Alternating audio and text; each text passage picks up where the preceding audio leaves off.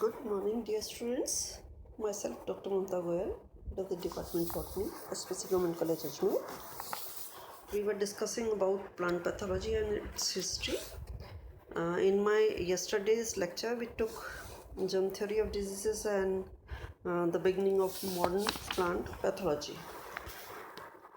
Today, we'll deal with phytopathogenic nature of bacteria, discovery of viruses, and fungal variability.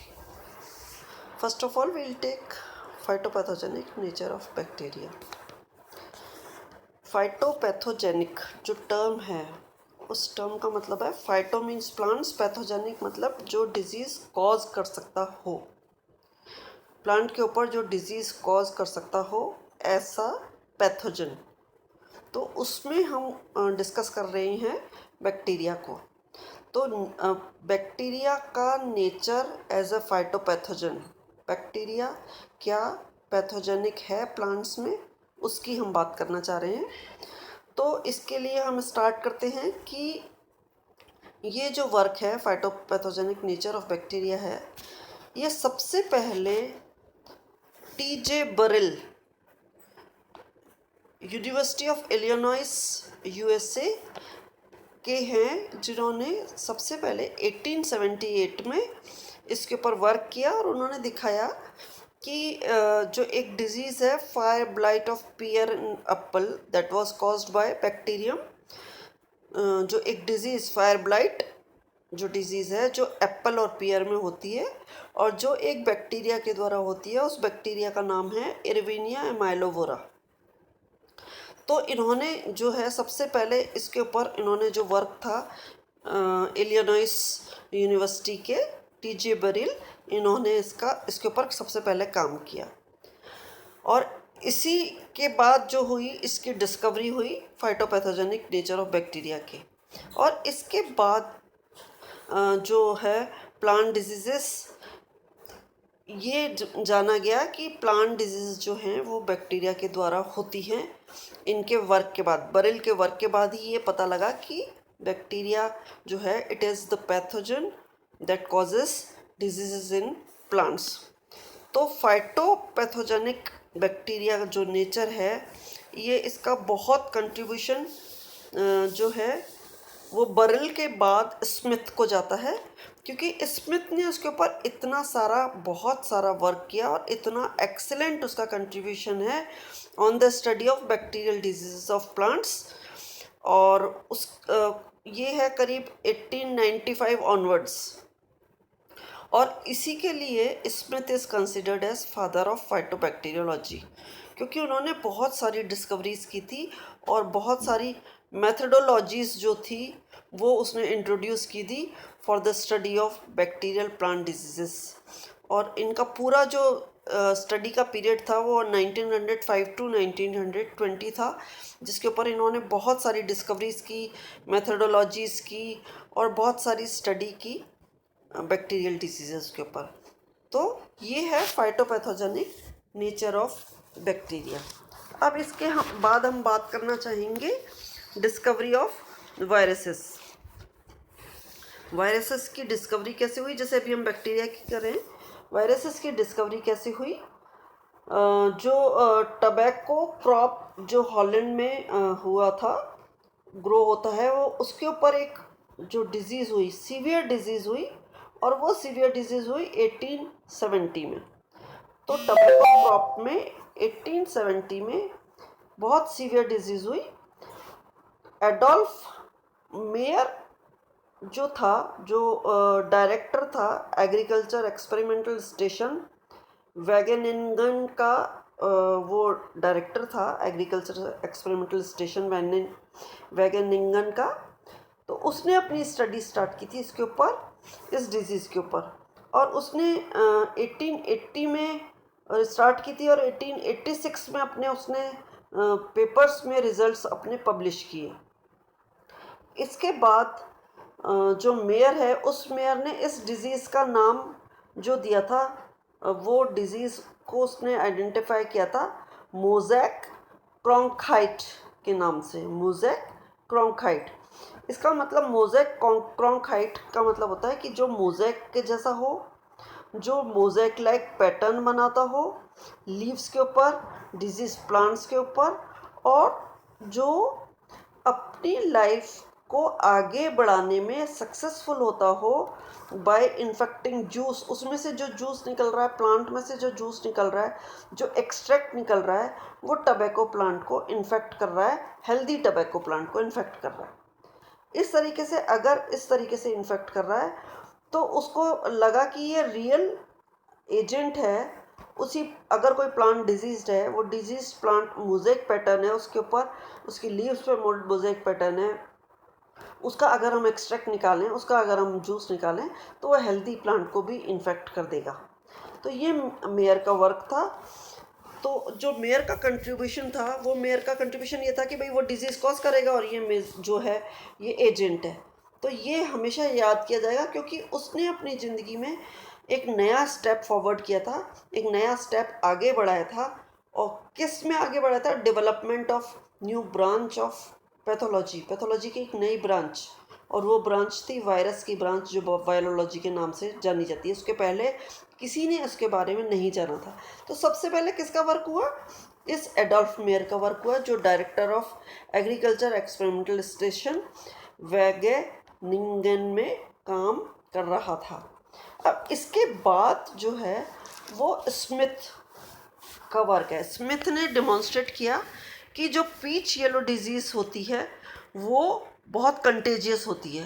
Contagious मतलब बहुत easily फैलती है एक जगह से दूसरी जगह, लेकिन वो इसका रीज़न वर्कआउट नहीं कर पाया कि ये इसका रियल कॉज क्या है। फैल तो रही है डिजीज़, पीच येलो डिजीज़, लेकिन क्यों फैल रही है वो ये वर्कआउट नहीं कर पाया। तो सबसे पहले आया एडोल्फ मेयर। एडोल्फ मेयर के बाद आया 1891 में स्मिथ, और स्मिथ के बाद जिसको हम जानते हैं फादर इवानोस्की।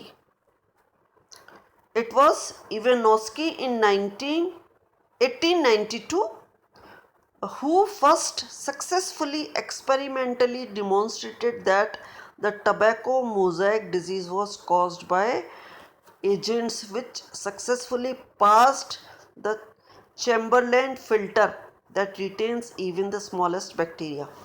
ये वर्कआउट किसने किया था? इवानोस्किन में 1892 में।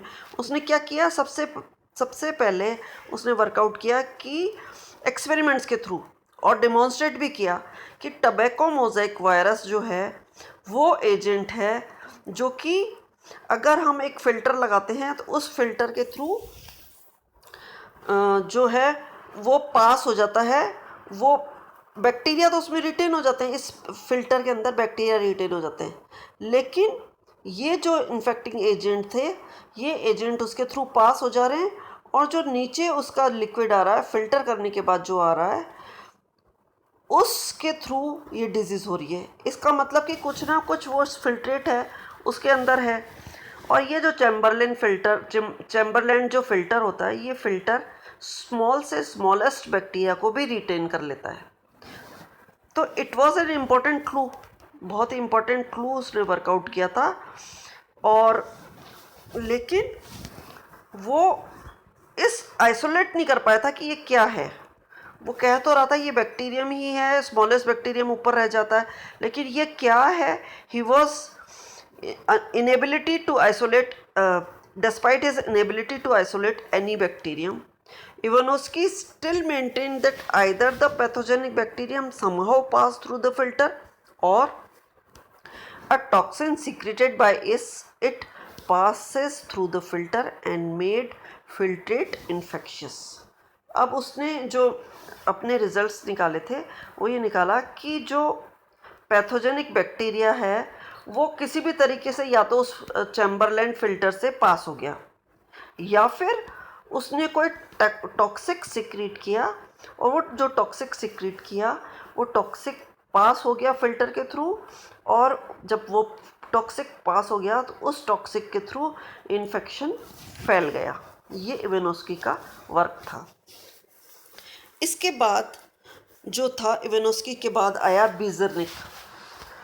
उसने इवानोस्की की जो हाइपोथेसिस थी उसको टेस्ट किया, उसको अच्छे से उसने टेस्ट किया और उसने कंक्लूड किया that the tobacco mosaic disease was caused not by any pathogenic bacterium or toxic secreted by it but by contagium vivum fluidum.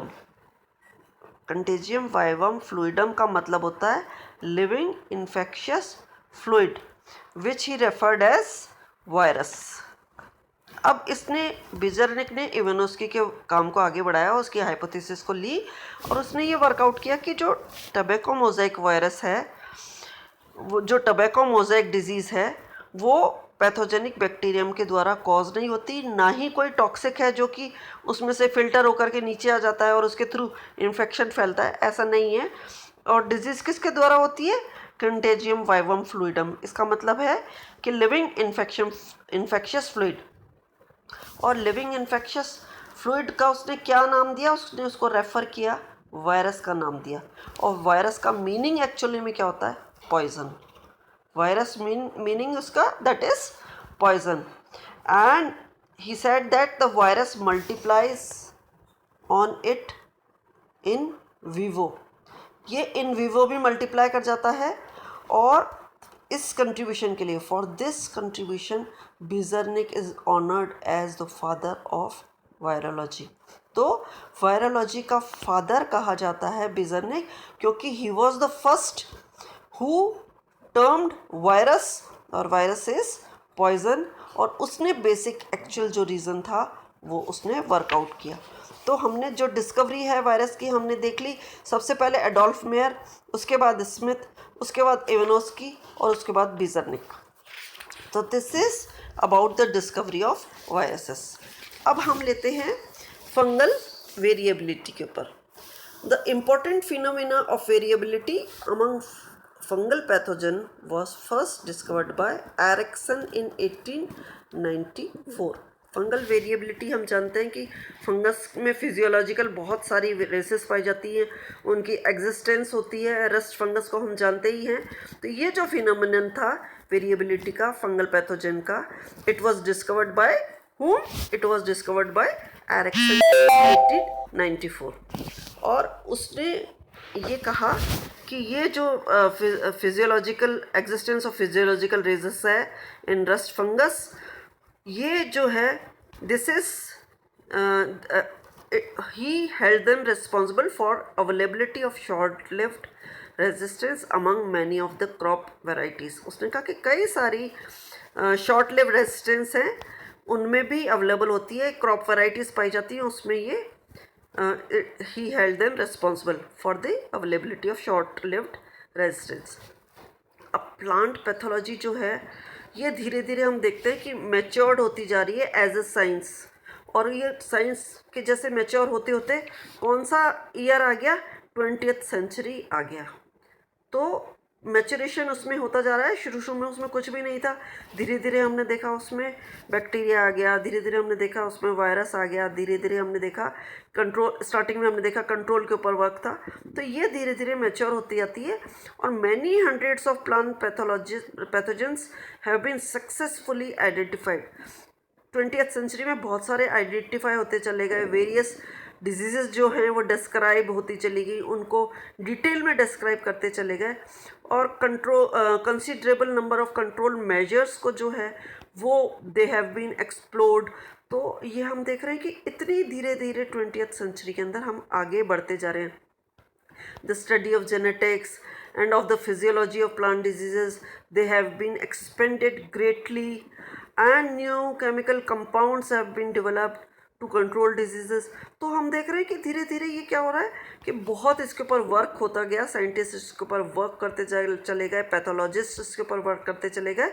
और simultaneously plant pathologists of this century successfully developed many disease resistant varieties of plants and studied the nature of host parasite interactions.